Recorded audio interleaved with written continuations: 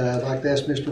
Walters to lead us in a word of prayer, and our student board member Reagan Shockley to lead us in our pledge tonight. If you will, please stand. Let's pray. Our dear Heavenly Father, God, we come to you with thankful hearts tonight, Lord. God, we just ask for your guidance in 2024 year, Lord, as we lead and make decisions. God, we just ask that we will counsel with you before we even get here, Lord, to attempt in making the most wise decision. God, we just ask for the knowledge and wisdom to make those decisions, Lord, and the foresight. And God, we just thank you for this country, Lord. We ask you to be with this world of chaos, Lord, as we live in it and suffer through it. God, we just ask that you'll go behind us and with us and before us in everything we do. In Christ's name, amen. Amen. Attention, salute, pledge. I pledge allegiance to the flag of the United States of America and to the republic for which it stands, one nation, under God, indivisible, with liberty and justice for all.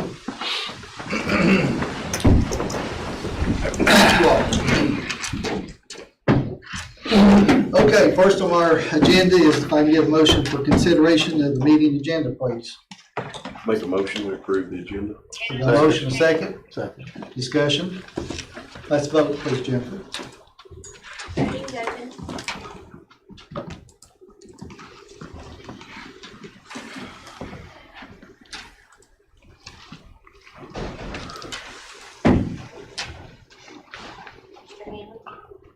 Aye. I'll agree. Thank you. Next, we have Paul and Ginger here from the Lewis Group for an update. I'll turn it over to you all. Appreciate you coming back up for us. Happy to do it.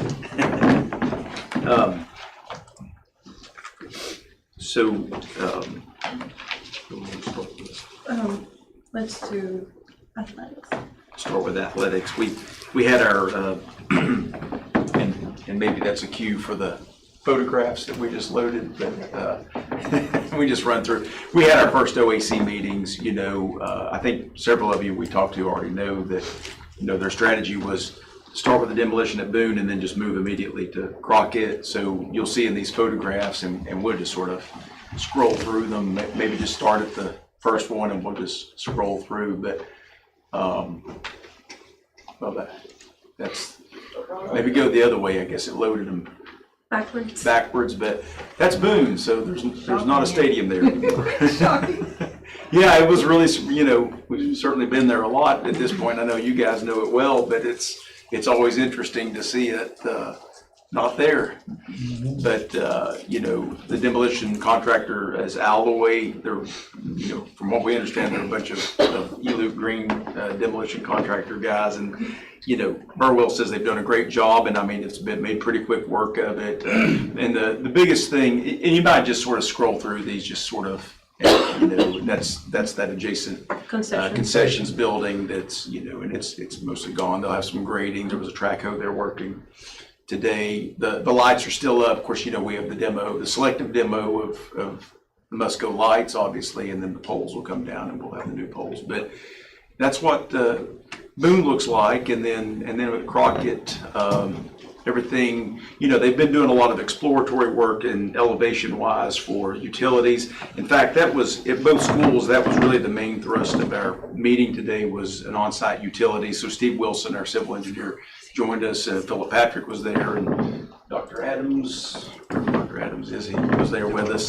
And so those were really good meetings. They're just very typical. There's just some kinks and bugs to work out, and making sure that elevations, for gravity, for sanitary sewer, and then strategies for the water lines. I think it's all good to go and in good shape. So and Monday demolition starts on Crockett. On Crockett, yeah. So again, they're just wrapping up this week for Boone, and I've been moving on to Crockett, and it's going to be down. So, and as far as this, just to give, more update, this is, I think we even said this last time we were up here, but, we've been getting submittals, for shop drawings and everything. So, we all know the critical path item is the manufactured bleacher system from Southern Bleacher. So, that was well before Christmas that we reviewed and sent those back. So they're in production now, or, I don't know exactly where in production they are, but, Burwell has their timeline that they're going to be shipped to the site, Are and they they'll- pretty confident on?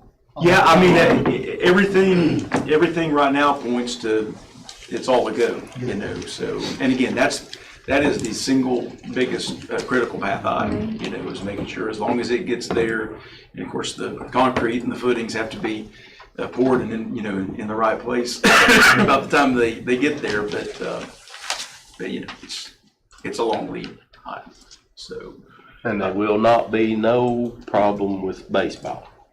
No, and we talked about that relative to the utilities, both baseball and softball, and provisions are being made, because some of the power had to be cut and it's going to be back on. And, we were talking like with Dr. Adams, he said, probably at least by some date in February, but Burwell's very well aware that we need power at all of those adjacent fields. And yeah, I think it's all The good. intent is to take care of the work before it happens, but if not, they have a contingency plan to be able to allocate power. Yeah, they have so to it fall back for some continues. temp power if they don't have the permanent in place. So What does that mean for soccer with hospitals? They're not touching the field, I know they're not touching the field, but but there's why? plenty of room. Why? Lights, yeah, what about the lights on the football field for soccer?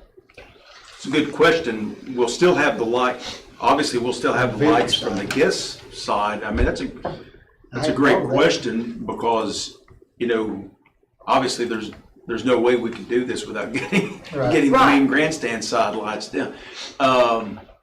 I know there was some conversation before about even some portable lights, so I think, if they have the guest side lights on and make up the balance of that with portable lights, it's probably going to be, that's probably, great question though. I mean, we do need to stay on top of that. Yeah, we can follow up on that. Yeah, bring that up to Todd. When does the soccer season start? They're supposed to start March, practicing. February, March, I guess. Do you know? It runs a lot like track and Okay. baseball. There were kids out there today in shorts. Yeah, I'm so- sure. Yeah. I was just saying, we may have an hour longer, but still, it feels like, I don't know for the time change, but it might. I not. keep telling you, it's not cold yet. I think the season starts first of March. Okay. Right. And the time I change. think while I'm working in it. Spring sports starts in March, I think. Okay. Just follow up with it. Yeah, Yeah, very good question. That's a good point. So this photograph may be the last time, I guess, probably the last time you see Crockett Stadium like that, because it's going to be down as well for next week, so. Very impressive. I've been going by there about every day and it's, At Boone. Boone, Yeah. yes. you can tell they know what they're doing. Yeah. As they take it down. but we'll have the signs up, so you'll be able to see what's gonna be there, and visualize what you'll see in the future. Yeah, I think everybody saw that, the design for the job signs, so those are 4 feet by 8 feet, so they're pretty big. And I know that'll be great for the community, everybody knows kind of what's going on and get some idea of what it's gonna look like. Where are you with the security upgrades, Bob? So All right, our that's a next good, thing. that's a good Oh, I'm sorry. segue. No, I think that's good. If there's Perfect. nothing else on the athletics, I think that's a good segue.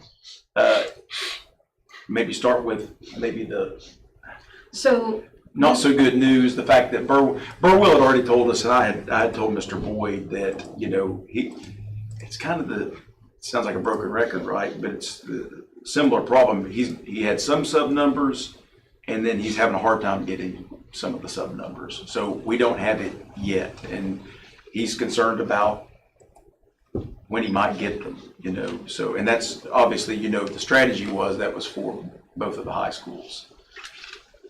So, we'll get with Todd Morris with Burwell and kind of try to stay on that. But we have reached out to another contractor just to get a bit of an idea of maybe what some issues may be and how do we go about getting some numbers, regardless, so we can get an idea of how far off we are from what we need to, where we need to be. And in some of that additional sort of inquiry that we've done, I mean, one thing that we found out is one of the rubs apparently across those 11 schools was, you know, we had a little discussion with Philip Patrick about that today, and he was very understanding and said, yeah, that it's an issue where the fire alarm vendor is not the same. So that's what we start to understand why we're having trouble getting these electrical sub numbers is because they're working with multiple ones across those schools. So one thing I would say is our strategy, you know, that we all agreed upon to go for Sulphur Springs, you know, and just hard bid that as one project. So that eliminates that complication. So I think that still makes that a pretty solid strategy.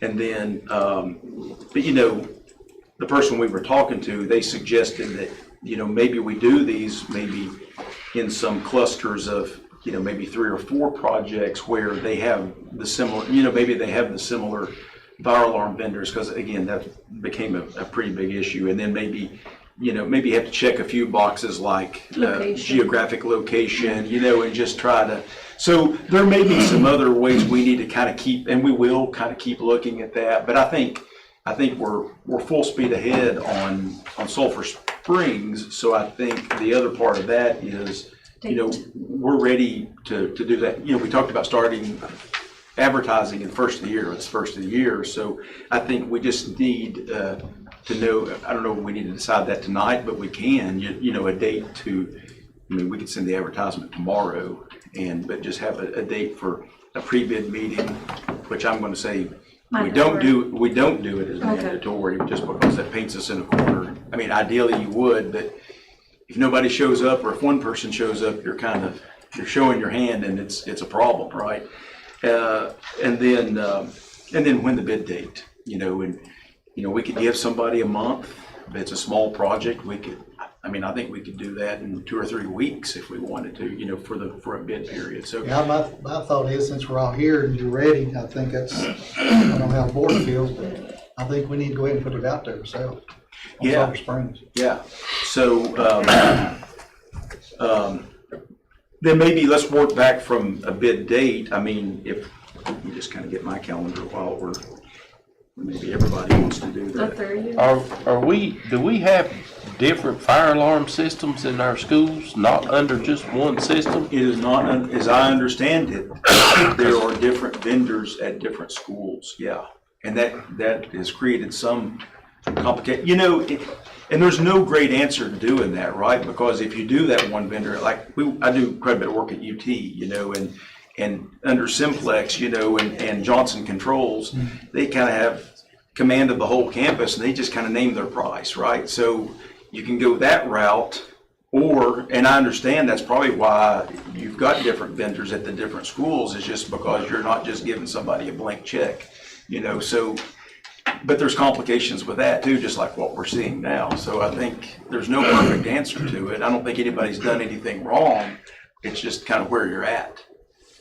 But, well, I was thinking back several years ago that we redone the fire alarms, and I was thinking we had one. Yeah, we did something with that safety grant several years ago. We got on the fire alarm. I can't remember, but The schools though. it was the schools. Just like I think we done something to Lamar, but if we're under their, we'll take whatever they price. That's not good. So I think we'll dig into that a little more, you know, like if we can start identifying, and maybe that's just us getting together with maybe Philip Patrick, you know, and just identifying what systems are at what schools, and that might help us start identifying how we might cluster these to even, you know, and this might be after we do Sulphur Springs, but then how we might rebid, you know, smaller clusters, you know, of 3 or 4. So I think that's one thing that we've learned since we had our last board meeting and presentation to you all. So, you know, and again, I think it was a good strategy to kind of create some economies of scale, by putting all 11 together. But, there's always these unknowns, where you didn't know or didn't think of something that maybe kind of becomes an impediment to doing, to getting the best price. How do we go, or how do you guys go about determining who all we're sending bids to, bid invitations? Do you just put it out in the paper, or? Yeah, it has to be put in, so first off, it has to be put in the paper because, you're a public entity, taxpayer, it has to be publicly bid. Are we actively pursuing, targeting vendors though? Because a lot of them may not see it in the paper. I think we need to, and so we were just talking earlier, that was one Philip brought up, and you had a lot of, that was Holman Construction, smaller, and I think what we learned from them, they seemed very interested at the start of the bid, but I think they're small enough, they may have it may have been a bonding issue, or maybe it was just really a manpower kind of issue, but this may be perfect. Like our strategy to do this with Sulphur Springs may be perfect for them. It may be small enough, when we get a great number from them and get at least, I know it's not all 11, but having 10 left to do is better than having all 11 to do, and I think that was. But I still like to have more than one bid. So are you actively sending the bids out to the contractors? So we do both. We start with, the newspaper, it has to be done, but we also look for interest and look for people because we also want to see more than one bid. Yeah. So we actively look for people and send them, hey, this is going on, are you interested? And like we said to all of you guys, if you know anybody, and it doesn't hurt even if you feel like they're qualified. We definitely want people who are qualified. I don't want to say that, but if you're not even sure, we can vet them, and kind of figure it out. So if you have a name of a contractor, I would say that there's nobody we wouldn't at least take a look at and vet and just make sure. I just feel like we'd have more success at getting more bids if we actively targeted and sent out to certain groups. And I think it's going to be easier to do by not having all 11, and just having one small school. I think you all remember last time when we talked about this, when we made the decision for Sulphur Springs is, I think that number was coming in somewhere around 250,000. From the From the one bid that we got when we got all the breakdown. So I think maybe the idea is that it may be possible to beat that by quite a bit. I'm not saying that that's the bar we need to be working to, but if we know we're considerably less than that, then it gives us a starting point for the rest of the schools to see where they're going to be at. And I think it also gives other companies a chance because having the 11 schools and having 3 or 4 big companies bidding on it that like to do the big work is very different than having a smaller company that can do one here, one there, or maybe 3 at a time. Yeah, I think what we thought was a larger project would be getting more bids, but maybe where there's so much going on with those guys, we'd be better off if we stuck to smaller projects and had more people. I feel like interested. So far the feedback, because we're trying to stay in touch with the people that we reached out to and see what maybe some of the complications were. And I think part of what we heard, we did hear about the fire alarm. We also heard about manpower and just some of those big firms have big projects going on. So maybe this is a different approach that would work better for all of us. It's sort of, again, y'all probably hate to say it, it's just sort of uncharted territory sort of in the bidding world right now. And then the one thing that we talked about on site today, somebody, I think it was Steve Wilson, made the comment that he said kind of what he's seeing is he thinks general contractors are getting a little hungrier now, but the subs are still so swamped, right, and busy. So, as I think about that, again, with our strategy with just doing Sulphur Springs, maybe some really small, electrical outfit rather than, somebody larger like an Advent or, some of these bigger electrical contractors that might really play well. So where are we at with that, Paul, then? Is this something like Sulphur Springs or some of these other projects? are they ready to be sent out just? Yeah, you know, because all we got to do is extract them out of the larger set, because there's really no other work for us to do. So I think when I started to look at my calendar, I mean, maybe we could, excuse me, make that bid date. I mean, as I look here, we're at the 1st of January, on January 4th, but maybe Tuesday, January 30th. I mean, we could probably easily bid it, you know, set that as the bid date. And then maybe work back a couple of weeks to have a pre-bid meeting, you know, which would be January the 16th. I mean, and that should give ample time. I mean, and I would say we could even maybe. Yeah, because we got our next meeting the 23rd, a workshop. And then our February meeting's February 1st, so maybe if you set it for the 30th, you could bring it back to us on the February meeting and give us an update. Yeah. Yeah, that works. Or maybe even go, yeah, I tell you what, I mean, so 3 weeks from today. If we advertise it tomorrow, yeah, that's probably good. That's like 3.5 weeks since we're already on the 4th. So yeah, maybe January 30th. So we'll set that and. Anybody want to make a recommendation on that? I do. What? January the 30th, let's go ahead and bid it out. No, he's Sulphur want to bid it Springs. out tomorrow. Yeah. So, Do it yeah, tomorrow. advertise it. Have it back on the 30th. Is that a form of motion? Put that in form We of have a motion. second discussion. Would it be necessary, could we also do, Westview as well? Because it's a smaller project, like, by itself, separate. And just do it, right, do it as another separate project. I mean, again, it's not a lot of work for us because all we have to do is, at this point, is just extract it out of the larger. So Well, you don't send them both out for bid tomorrow, or? let's get this in back. Let's see where we're at. Let's try 2 and see where we're at. I thought we were working on Westview to revamp it a little bit. No, that was South Central, wasn't it? Yep, South Central, Yeah, you're right. Westview was more simple. I mean, we may not get but one bid.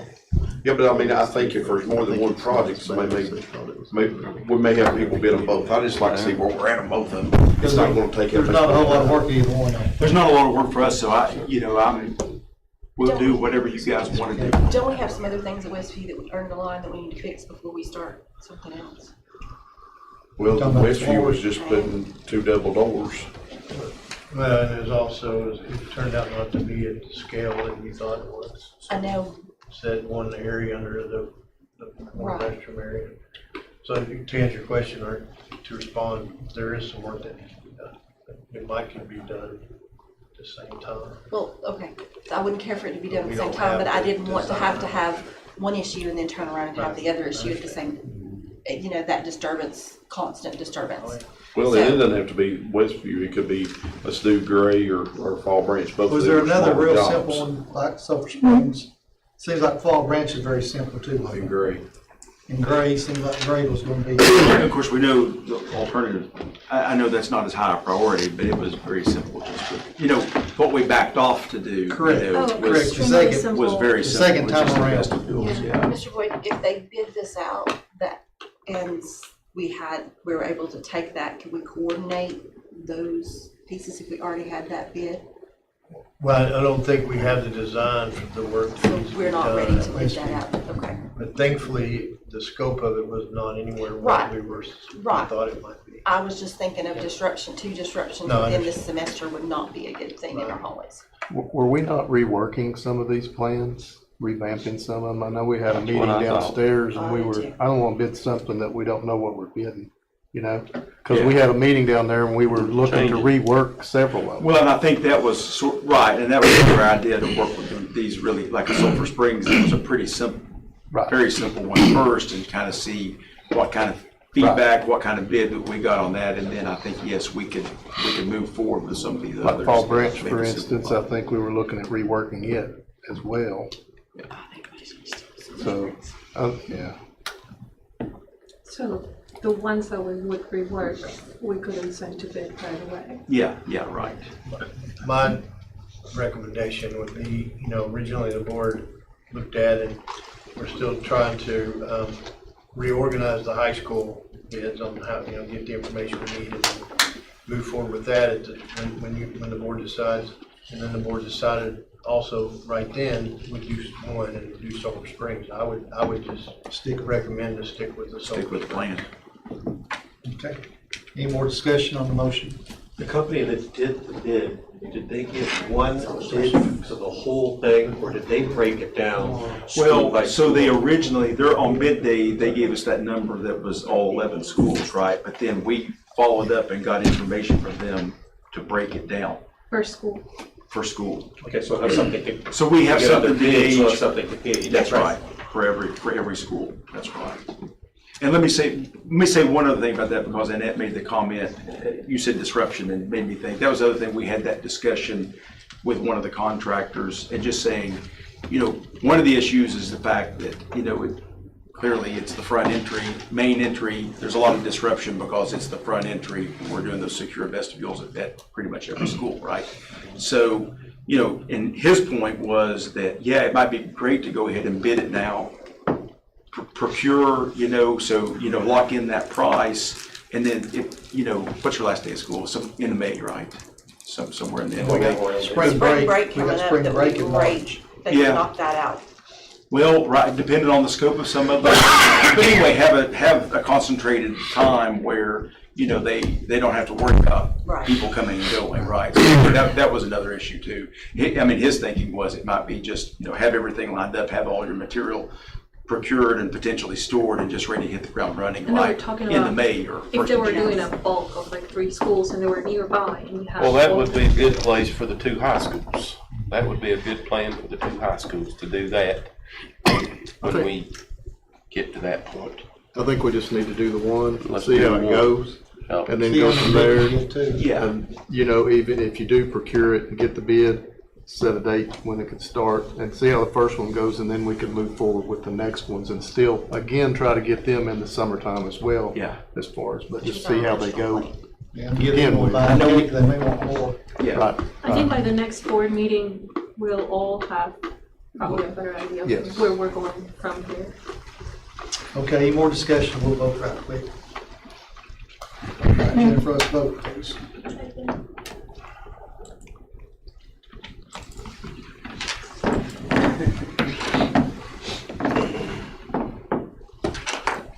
Mr. Chair, I just had one question though regarding this. Fall Branch, you said had to be, you were gonna revamp some changes to that planning for the security. Yeah, I think that's what we looked at downstairs. Is that taking into account any work that our department can do, or maintenance department can Well, do? that I don't know. Okay, I didn't know. We talked about some schools with the smaller projects that we could be doing. I know Midway was that discussion, we could maybe do, our department do Midway for sure, I think. Rest of them, I don't know. Okay, that's fine. I just thought we talked about, our department had so much on their plate to begin with right now. I think, Asbury was something that was mentioned that the maintenance department could do. And then the only redesign that I remember specifically was South Central. I don't remember a redesign for Fall Branch. I think some of it was I think cutting we some asked things out. about, Fall Branch was kind of a lot for Yeah. what They it was gonna was. move the door. Oh, because of the office reconfiguration. It was the reason. Yeah, I understand. Fall Branch was, and And Gray Westview, was, Westview and Gray. because they was gonna move the office at Gray too. Mhm. Because I think the conversation was, although not ideal, what you could do with cameras, and you're still creating the secure vestibule, even though the office would be somewhat removed. It wouldn't be like you're routed through the office, and are greeted by a physical person, but, a little bit more of the low-hanging fruit kind of strategy. Yeah. The overall goal is at all sites to create that, what we have a good example now at Jonesboro, that Sallyport, Mantrap, whatever you want to call it, whatever description you want to give it, where they have to be let into an area, then they're in a holding area, then they're let into the next area. That's right. Jennifer, did it all pass? Yes. Boy, you got the green light to go ahead and put it out tomorrow. Yep. Just the advertisement. Yeah. Verbiage. And we'll, like we've done on the other projects, we'll send it to, we'll copy whoever, but we'll send it to Dr. Adams and just get it advertised. And yes, like I say, spread the word, any contractors that you guys know. I think this opens it up to smaller contractors, much more so, and we're gonna do the same. I think we need to actually mail these out to contractors. I've done a lot of bids, and that's how it's typically done. You solicit bids from vendors or contractors, you send them to them, and then if they want to do it, they do it, but you have a bigger audience that way. That gives you more potential for more bids that way. Yeah. And just like the one you were talking about, and, right, Holman, we'll just send it directly to them, because I think they seem like a good fit. A couple of other people too that we want to send. I know the contractor I spoke with, he was interested, but the job was too big to hold. Yeah. And this might be something that fits his style more Do you too. remember That was Casey Construction. Casey. Out of Kingsport. Did you talk to him? Yeah. I spoke with him this morning and he asked me what we had decided. And I told him I thought we was gonna break them down and he said, please make sure I'm on the list. Perfect. So. That's great. Yeah, I think it's hard to tell these days, but I think this seems like a good strategy, you know, so hopefully we'll get some good numbers. And two, I think he said some of the problem that some of them had was the bonding. We found $8-10 million deal for the job, so. Right. You know, with this, it might be a whole lot more lucrative for him. Yeah, sounds like it. And they call you. Yeah, and I think that maybe if we're finished with security, you know, we were also going to ask about Boone Culinary Arts, because you know Crockett. I'm sorry, Crockett. Crockett Culinary Arts, because we're pretty much ready with the drawings, and you know, we talked some time back and we had sort of tabled it, and then I think we said, well, sometime, you know, after the first of the year or by the spring, you know, it may be one of those things, just kind of what we talked about with the disruption of the security vestibules. I mean, maybe do whatever you guys want to do. Maybe sometime in March, like maybe 1st of March, we advertise so that, you know, if they hold their price for 60 or 90 days or whatever, then by the time school's out, you know, because obviously that's going to be a lot of disruption in that space.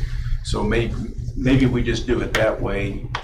I mean, does that make sense? We let me back up. Maybe we advertise sometime around the, you know, 1st of or middle of February, and maybe the bid opening being sometime 1st to mid of March. And then I think the holdup on it right now, Paul, was, I think we discussed it back in December, was the cost. That we don't know if we have the funds right now to move forward with it with our athletics and our safety. Okay. Best of my memory, and I might be confused on some other stuff we talked about. Was that kind Well, of? that's been the discussion.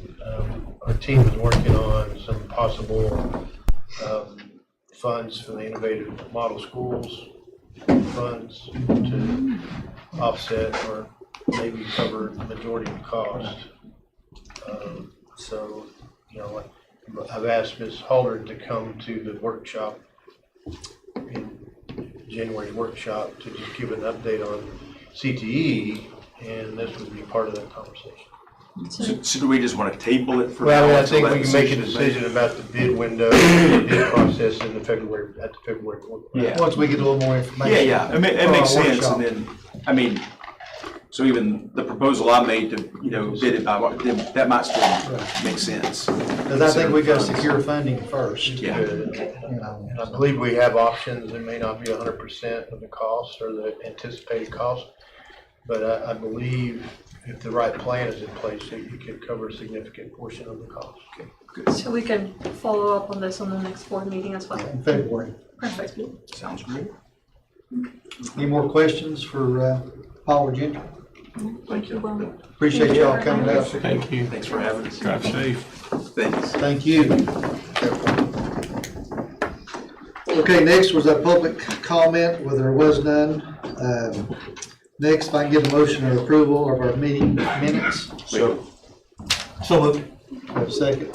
Discussion. Let's vote, please, Jennifer.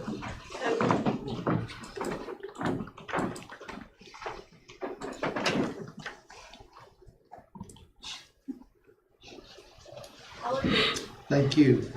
Next is our announcements. Mr. Boyd. Just several items for the calendar, just for your awareness. the next county commission budget committee is the 10th. January 15th is in our approved calendar is a district holiday. Schools and all district offices and services are closed for Dr. King, Martin Luther King Day. And then the full county commission, 22nd. And then as we said, and a reminder, our workshop is January 23rd. That's to do our normal workshop business, but then also allocate time to have a discussion, just review and discuss any updates to the strategic plan. And that's at 5 o'clock. Starts at 5, right? They'll be downstairs. As a reminder too, the TSBA Legislative and Legal Institute in Franklin is in February the 12th and 13th. And while he's on that, just announcement Jennifer wanted me to make. She has everyone scheduled a room for that one night, but we need to make sure you let her know if you are going or not. So I think the registration's at 2:30 on Monday, and the conference is over like at 10, 11 o'clock the next day. So, and then I think David had a little something. Yeah, I received the email today.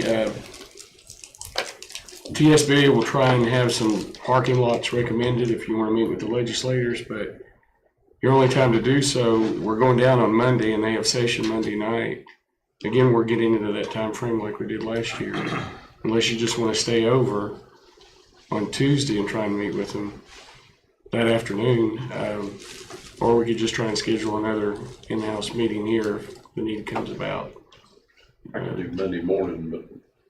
Well, see, they're traveling Monday morning too as well. I think we have a lot of success when we have our meeting here with them. That's what I was gonna say. I think we have better Better communications with it's just us and them sitting here. Yeah, because they're constantly Right. interrupted. And, Unless somebody wants, somebody else wants David to set it up, I'm sure we can arrange it, but. Yeah, when you go to their office at Court Hall, I mean, it's a long line, almost an assembly line waiting on. I think it'd be best just to. yeah, and this time around you got, well, of course they had it in Franklin last year, 30-minute drive with the traffic, so it's just basically whatever y'all wanted. Okay. But yeah, please let Jennifer know if you are going or not, please. I'm sorry, Mr. Boyd. The other one is just for your awareness, the National Conference, Education Conference, the National School Superintendent Association is that same week. So I will not be attending. I could, but I would just be able to stay Tuesday afternoon and evening and have to come back here because I depart on the 13th. That's just for your awareness. That's the February 13th through the 17th. Okay, now your report, please. Well, we're going to start out with the best part. Reagan's going to give us her overview and presentation. Awesome. Yay, I'm so excited. Okay, it's not super interesting, I'm not gonna lie, so I try to make it pretty. So hopefully you'll enjoy the school-themed PowerPoint. So I'm gonna be going over some school system events. So today was the first day back for the start of the second semester. And then recently you all finalized the calendars for the next 3 years. I got to be a part of that discussion and that meeting, which was really fun and exciting because I love talking. So yes, the calendars look great. I think they work really well for the majority of the community, so I'm excited about that. You all got to do the ribbon cutting for the new Jonesboro School. I've heard it looks fabulous. Schools and community leaders took place in the ribbon cutting ceremony for the new school. And then WJHL quoted a student and said, "Me and my friends have been waiting for this for about 2 months now. I think it'd be a cool place for me and my best friends." Quoted like a true 5th grader. On his priorities to check. Then demolition has started. You all started with Boone, which say about that what you will. Whatever, man. And so then athletics. I'm a cheerleader, so I'm a little biased, but over 20 cheerleaders in Washington County were awarded All-American. this summer, and they just recently went on their trips. My team just got back from the Citrus Bowl, so it was a good time. How was it? They had a good time. I chose not to go on a trip, but I am also an All-American. So there's some of my friends that went. There's some of my team that went to Disney as well. That's my JV girls. I love them. They're cute. But yes, we had 8 girls on varsity. I think we had 6 girls on JV, and then I know there was 10 to 15 on Boone's team as well. So we have a lot of All-American. You're okay with them wearing that red? I try to be nice. My mom says be kind or be quiet, so I'm gonna be quiet. Be quiet. Mom knows best. Grandview and Boones Creek Elementary achieved the TVAAS level 5, and Boones Creek had the highest level of academic growth in Washington County, which is awesome. I went to Boones Creek, so proud to represent. The early graduates just finished their high school careers. My student council honored them at Crockett, and we had a little celebration for them where they were able to celebrate with their parents and got cupcakes. I got a cupcake because I threw it together, so I'm pleased. About how many you remember? At Crockett, we had over 70. Yeah, we had a lot of early graduates. It was awesome. They were really excited to celebrate and be recognized with their parents. That was one of the requests that I had, was that their parents come. So we made sure that happened. And that's all I have for you guys. I'm looking forward to a great second semester. I see that you all are working hard to make it a great second semester, so I appreciate you all. And thank you for your time. Thank you. Thank you, Ms. Good Ray. job.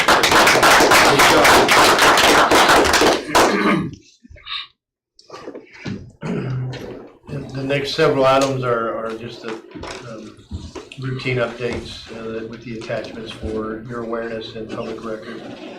From enrollment updates, field trip reports. These are the ones that don't require board action, that are not out of state overnight.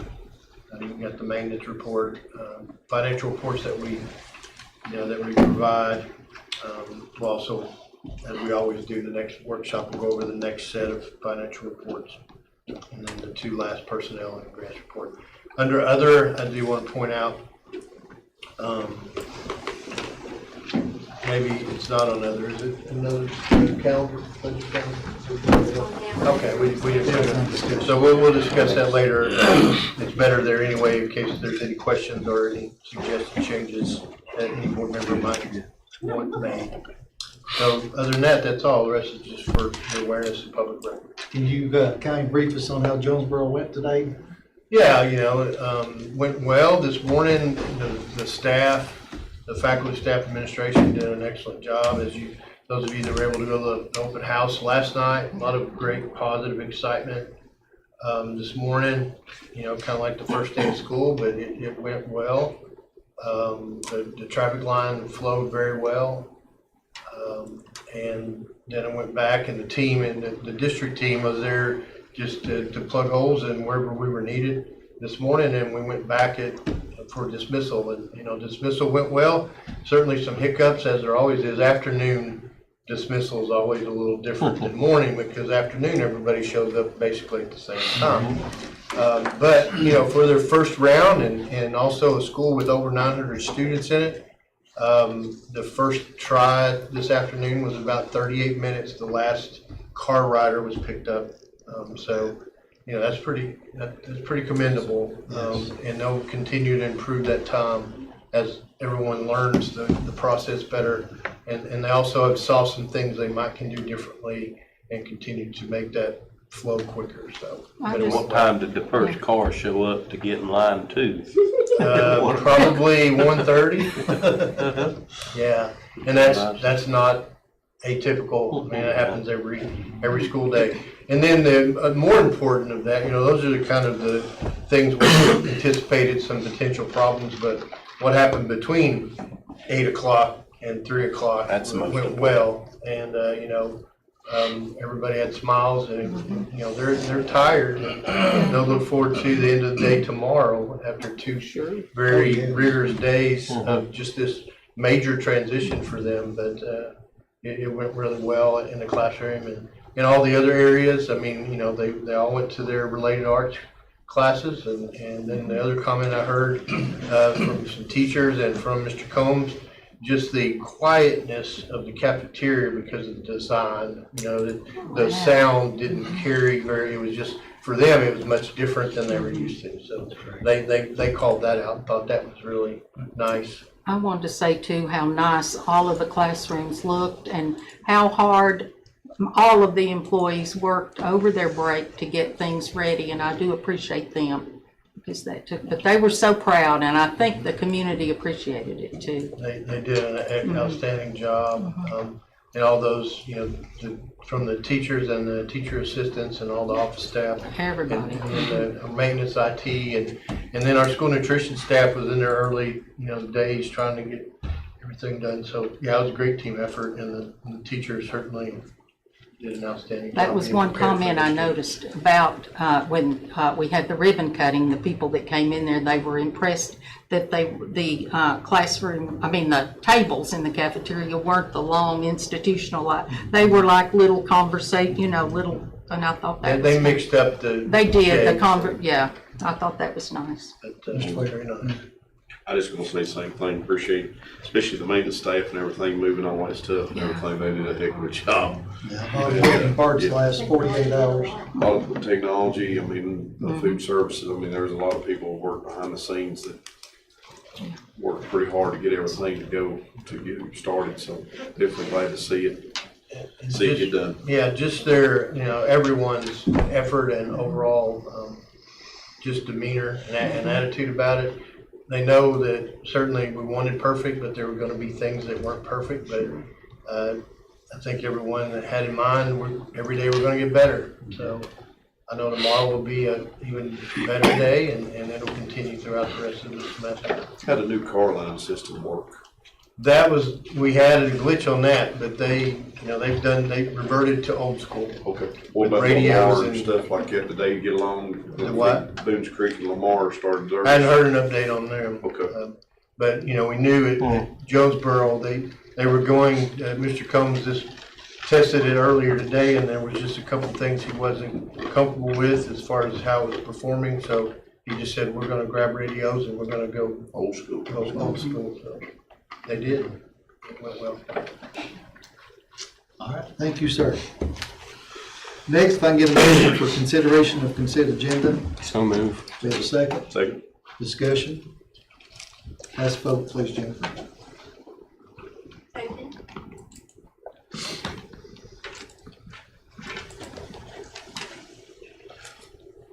All agreed. Thank you. And then next is our discussions and presentations, versus purchase orders. I'll let Mr. Boyd go over that on the calendar. Sure, and I'll ask Mr. Hale to jump in if there's any additional information I may not cover on these purchase orders, but essentially you see the funding for this is the literacy implementation grants, the state grant that we've been utilizing, and it's just for our partner that's been supporting us in our English language arts implementation.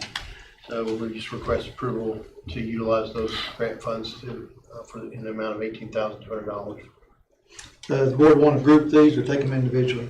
I would group them. Okay. If you look down through any of those purchase orders, if there's any questions, just quickly, pay attention to the line item it's coming from. You see ISM, that's the School Innovative Schools Model Grant. This one is particular to Sulphur Springs, you see.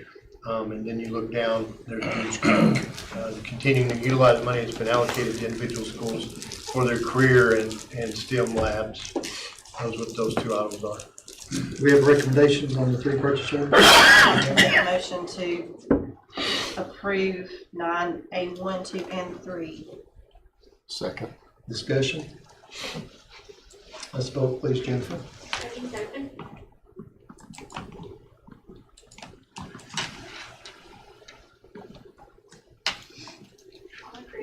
Thank you. Budget calendar, Mr. Boyd. And just for your full awareness, but I also think it's important for you to formally approve it. This is proposed budget calendar for development of the fiscal year 25 calendar. It starts right now. As you can see with your consideration and approval of this, And you'll see the various dates that I've listed. Some of these are subject to change. These are kind of looking at what currently exists as far as workshops that are established in regular board meetings. And then just knowing some dates that are later in the process. Make a motion, we approve the calendar as presented. If you'll. Second. Discussion, and it's up on the board now, if anybody has any, wait, hang on just a minute, Sheila.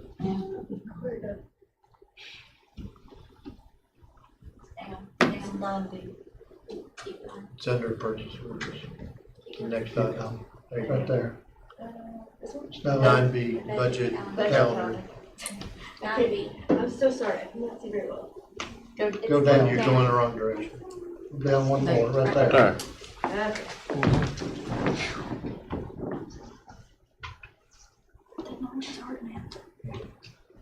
Kennedy. Just some key, so the process that we have facilitated, it begins, kind of the organizational side with the district team, a lot of work on Mr. Hell's part. And then we engage our schools to get feedback from them. We pull that together, we finalize it again with review from the department level. And then it gets pulled together and Mr. Hell and I finalize and we bring it to the board as a first draft, or at least a very tentative draft, as you all review and add or have questions addressed or take away things. One thing we're doing different, just for your awareness, the normal process really is you look at your historical budgets and you look at your line items and how much you expend, and we still are going to do that. But I've also kind of told the team, the cabinet, we're also going to start from zero. So it's going to be a pure zero-based budget that we say, okay, what exactly are the needs? Some of that is still looking back because we have personnel; those are somewhat fixed costs. But I want us to really pick apart, and the best way to do that is start every line item at zero and build it from ground up. Any discussion on this? Well, I'd like to say something. If everybody sitting here knows that the county's probably going to raise taxes this year. So that, to me, this board needs to be focusing in on what we need to ask for on this. Either put money into capital projects money, or try to get our money back that we lost on our sales tax. Well, our one big one is our teachers. Well, I mean, we're gonna have to do raises or no raises or We have to do the, step increases? well, no, we have to do the one where we got. Yeah, the 50,000, yeah, everybody's got to be making that, so. Brad, that's gonna be what, roughly 1.8 alone just for that next step? Could be, I'll have a final number here, it should be by the next meeting, but it could be 1.5, 1.8 for But I'm just the teachers, raising them 1/3 of the way. 1/3, correct. Yeah, it's not We have raising them 3 to steps 50, we have to Yeah. take. We could wait till the last year, but that'd be a very tremendous amount. amount. So we have to do it in stages, and year one is this year. That's gonna be our biggest one. FY 27. But we're sitting here, basically now we've took the first payment for Jonesboro, so now that's coming out of that capital projects money. I think we really need to ask the commission to put money back in that capital projects fund. That way we've got money we can operate and do things that we've not stopped. We've done a lot of work here in the last 2 years, and it's because of that. But I mean, when they raised taxes the last time, it was 40 cents. So much of it went in the capital projects, so much of it went in, I think Brad, did we get 3 cents? Is that what we got? The county got 5 cents in their budget fund balance? They put all of it into capital projects, I don't believe they gave any to I the thought general fund. I thought that Before it they, came, but well, I thought that they got, county got 5 cents, we got 3 cents. That made 8 cents. So, and how much is a penny worth now? Does anybody know that question? 40-ish, something like Yeah, that. But and it's then split. they would, you know, with the assessment though, I think the commission is also obviously gonna be dealing with the values are gonna be increased, so Yeah. they're gonna have that discussion about where they put the fitting, where the amounts. So, you know, there's gonna be a lot of discussion in this. budget. That's what I say, but I feel like we need to be in that move too. I think that's part of the budget process and including, you know, this timeline is mainly focused on building the general purpose budget and that process. But at the same time, we are looking at that educational capital fund because we bring that back to them in June as well for the 5-year, you know, continually stretch it out to 5 years and updates. So that'll be part of what you just said. Well, I know how things has been done, so I'm just saying. Okay, let's vote, please, Jennifer. Second.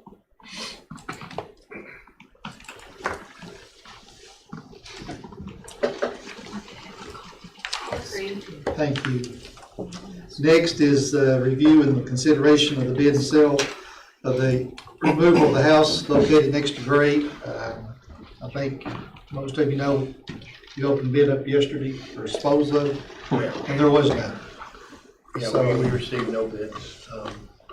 We could either just open it back up and just keep it open, or, of course, the board can discuss other options. We did have someone, after the bid opening, that is a professional house mover relocator, contact us yesterday. You know, obviously, in my mind, our thought is, well, I wish you would have submitted the bid through the process, but. So open it back up with, if they're serious, then they can take advantage of the sealed public bid opportunity, if they are serious about their interest. If it's there, unless the board has an urgency to do something otherwise. We don't currently have a plan to immediately utilize that property, even though in the long term, we know there's a good idea of what we will use it for. So there's, you know, it's just if the board wants to move ahead, with demolishing the building. Mr. Flank? Can we make a motion then to, keep it up for another 30 days for the sale and removal of the house located at the You want to property? bet 30 days or have it to our workshop and review it? Yeah, that's great. Either- Should we go ahead and, I'll make that full motion. We have a motion, we have a second. I second. What exactly? Keep it on the market until our workshop. The 22nd, As have it it is. open on 22nd Oh, that yeah. day. What was the process of soliciting bidders? How did we send them? Just our standard, we put it on our website, we send it to the paper which is required, it has to be publicly advertised in a local publication, newspaper. That's probably the extent of it. Again, just like we were talking about earlier, I think we need to absolutely target people that are in that business and send them bids on that. I think you'll get a better response out of that. That may send it to some residential realtors groups. You know, I thought about that too. Because a lot of people aren't going to read our website and they not look at the paper. So you're not getting a target audience that we need, so we need to actively solicit them. Send them directly to them and you'll get more response that way. Mr. Walters, did you have something? No, sir. I'm sorry. Do you think it makes sense to go ahead and solicit bids to tear that house down? I think we need to go through the other first. Just see what I do. Give it a little more time and then target people that are in that business. Just send them the bid instead of taking a chance that they might bid it. I'd rather give them a chance to see it and turn it down if they will, but we'd have a better response. Of course, the essential utilities, we're still maintaining. So I just don't want to pay no longer than we have to. Brad, you know what utilities, I'm sure that's probably minute out there. I haven't looked at, I'm not aware of what's yet, but I can research that. I will mention on the bidding, we do send it if we know or someone's expressed interest. So if you do know of any of some places that would be good for us to send it to, we would absolutely do that. We just I just think we need to have in our process someone that's in charge of targeting our potential bidders and send them out to them. That's the way it's typically done. You know, if you have a group of people, it'll be a small group that does these houses, so there might be 4 or 5 in a big area. Well, we are moving to a centralized procurement department. You know, we're doing it over time because, you know, it takes time to transition, but that's exactly what, you know, you also leave open and you continually have a process by which if bidders want to receive future bids, then you have an open database basically, and when something comes out, they automatically do that. Any more discussion? Let's vote, please, Jennifer.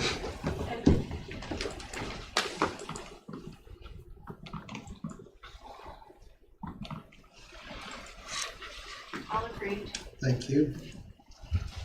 Okay, D, collaborative conference, you want to go over that with us, Mr. Bull? Sure. You know, it's a process. We're under a current MOU, but it was time for our professional teachers to, number one, decide if they wanted to continue with collaborative conferencing, you know, with the board. And the answer to that is yes. And then number two, to decide, you know, which group would be the main lead and represent the professional employees. And that was decided as well through vote. That was WCEA. So what you have in front of you is what's required. The ballot, which indicated, yes, they want, you know, they met the requirement. They want to continue with collaborative conferencing with the Board of Education.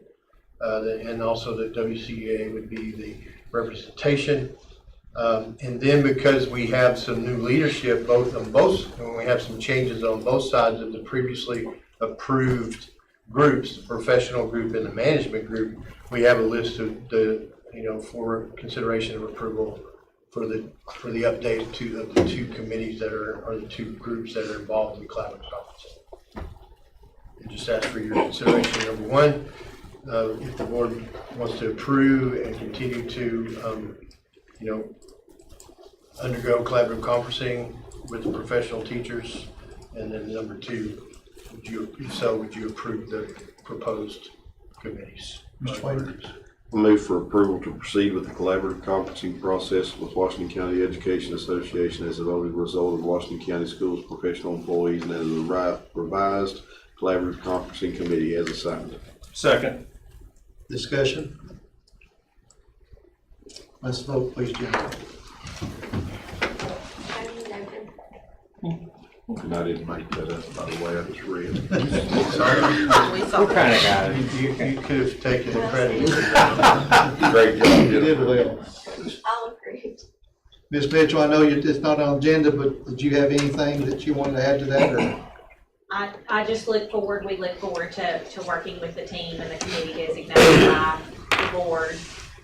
And we appreciate the time that it takes for those committee members to do that. And we appreciate your all's commitment to making sure that happens. Thank you so much. Thank you.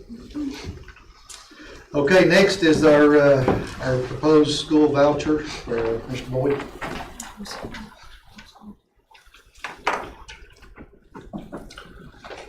You know, as you know, the legislative session is upon us. I believe legislators begin next week.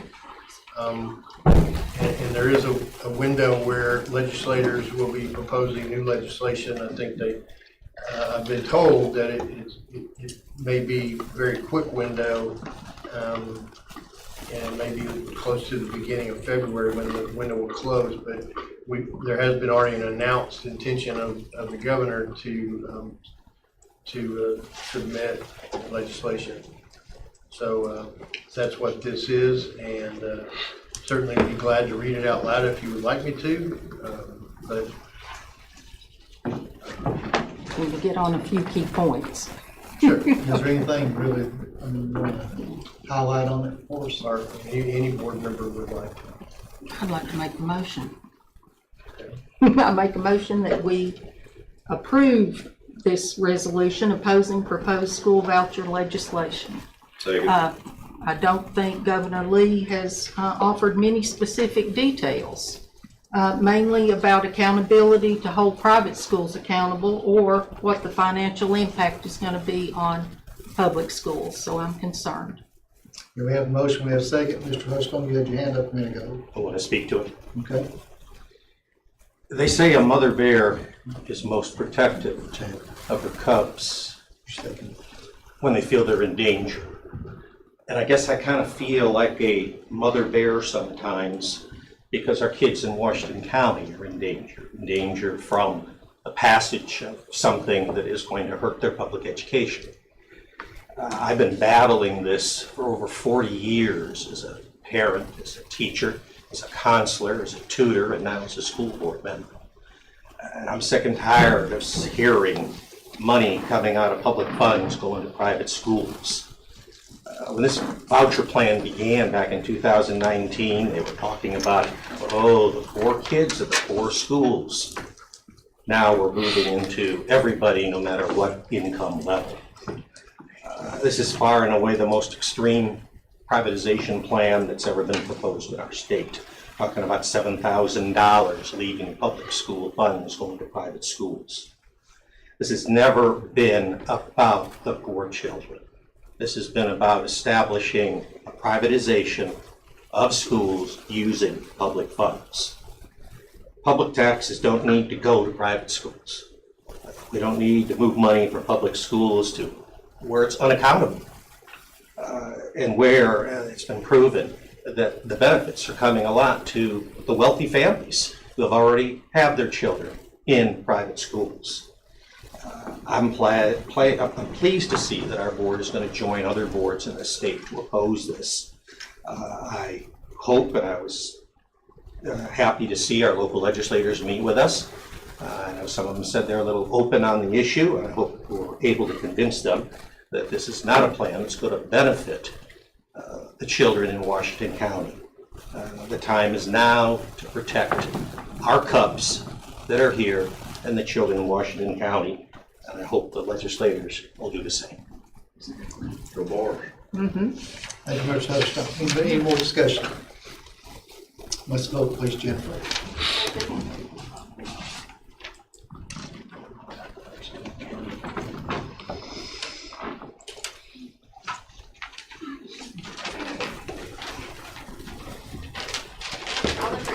Thank you.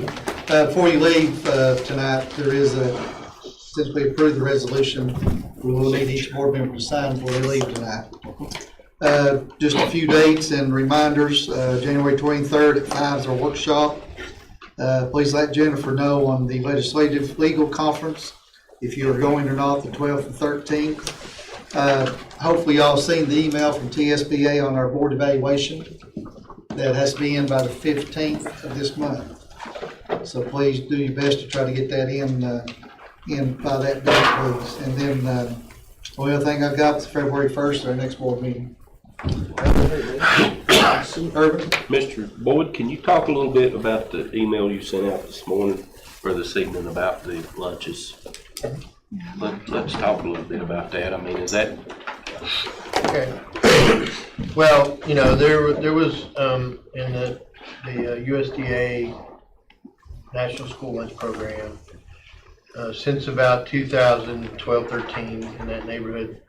You know, there was an option for high poverty schools and school districts to offer free breakfast and lunch to students. And recently, a memo was sent out in September and of a rule change or proposed rule change that was approved and took effect October of this year that lowered the, for the lack of better words, the cutoff percent that indicated the level of poverty at a school or a group of schools. And it lowered it from 40% to 25%. And that had caused some of our neighboring districts and other districts to either, for the first time, have schools that are offering that free lunch and breakfast to all students in their schools, or a group of schools that they cluster together to say these schools will now offer free breakfast and lunch to all of their students. In Washington County, we have not really, when the cutoff was at 40%, we just overall don't qualify. I mean, we certainly have a lot of struggling families, and we have a lot of families that do qualify for assistance through the free and reduced lunch program. But this program is also, the indicator is based on the number of families that are getting other assistance like SNAP and TANF, which are basically managed by the Department of Human Services. Additional assistance, it's kind of like the EBT cards and things like that. And so it's a direct certification. It's not, you all are familiar, our families, we ask them, please fill this out for the free and reduced. And it's not just for lunch. That also dictates the kinds of federal Title I dollars we get. That goes through that process. So long story short, some of our neighbors, even if they have as good or better economic levels than we have, they've piloted, starting this January, some schools doing this free breakfast and lunch for all students, no matter what. Families don't have to do anything basically. It's based on that indicator that I mentioned, that is an indication of poverty, of the number of families in that school that utilize those services, the TANF and so on, the SNAP program. We have some schools that are very high level, high needs. And so as a pilot, so I've authorized Michoud to go ahead and facilitate the application and get those schools started on a free lunch and breakfast for all students. And the highest poverty schools we have are Lamar, South Central, and Westview. And the other component is just because they've lowered the percent to 25%, still puts the board in the school nutrition program in a sense in a place where there will be a deficit because they won't be receiving the reimbursement for meals at the level that they did before if all students are eating free. So there's this gap that's created between what normally the school nutrition program must be and has been very self-sufficient. So it'll create a deficit, and the question is how much. So what the state guidance has been is you really should, to be financially viable and responsible, you should really only consider it for schools that are at the level of 50% or higher, even though the cutoff now is down to 25%. The key there is you will have to supplement with other funds. So as a pilot, so we can get a baseline of what this might look like, we looked at our highest need schools based on the free and reduced rate and that other number that I mentioned, the indicator, which those three together is above 50%. And we run it through this semester. And as we do the budget for next year, we will then be able to have a really strong idea about the gap that could be created if we did it for all schools. And then as we work through the budget process, and if the board wants to, based on the data that you have, then going into the 24-25, then our Michoud and the team at our school nutrition team can make application, and we can get to the point where all of our schools would have free lunch, breakfast and lunch for all of our students. The only red flags and exceptions could be, and might very well be, would be our lowest poverty schools, which was Ridgeview and University School. They're very, very low as far as the percent of poverty. But we intentionally chose the highest need schools for our pilot, and I think everyone can agree we have needs at all of our schools, but these are the highest need schools. So Westview is included in that? Yes. The message I got was just South Central. Well, that I looked at the third option, and it was the third highest, and I asked Ms. Hugh to get with the state consultant, And what got back to me was, it's still above 50%, so it is still financially viable. And so I said, if it's above 50%, then I want to proceed with all 3 schools. Wouldn't it be nice if our governor focused on getting free lunch for every lunch and breakfast for everybody and help all students in Tennessee? Well, my understanding, the reason that the USDA lowered that percentage is we have some states that have done that. And in that state federal reimbursement, the federal program, they reduced it so those states could budget that gap that will be created to pay to ensure all students have free breakfast and lunch across their state. So Tennessee's not one of those states, but that's why basically why the percentage was reduced. I think I was reading that 7. There's only 7 that have done that all over, but still. Yeah, I believe it's like you said, it's a small number. Yeah, but it's a start. But just because it's low and you may have, be able to have a number of schools with their levels to be at that 25%. As I said, the state consultant and the team at the state said it needs to, unless it's around 50%, you're guaranteed that local dollars are going to have to fill the gap. Yeah, sure. So bottom line is, the higher the percentage, the less that we might have to put in to make up any difference. Because the original intent of that program is to address high poverty schools and districts. But it's been broadened to address lower levels of poverty. Just because you may not qualify for some of those state or federal assistance programs, there's still a lot of families, whether two-parent families or single-parent families that struggle. But they don't qualify for the additional assistance, say, through the school lunch program, the free and reduced lunch. So they're out there, and so that lowering that rate allows at least for it to be a consideration. And yes, the higher the level, then your how the meals would be reimbursed would increase your probability of staying in the black. Well, I just want to the way I feel about it is, if I'm going to feed one, I'll feed them all. Some way or another, I want to feed all the kids instead of, because to me, I understand, but to me, it's not fair that, like you said, I may live in Ridgeview, but I may be struggling, and I've still got to come up with lunch money. I think if we're going to feed one, let's feed them all.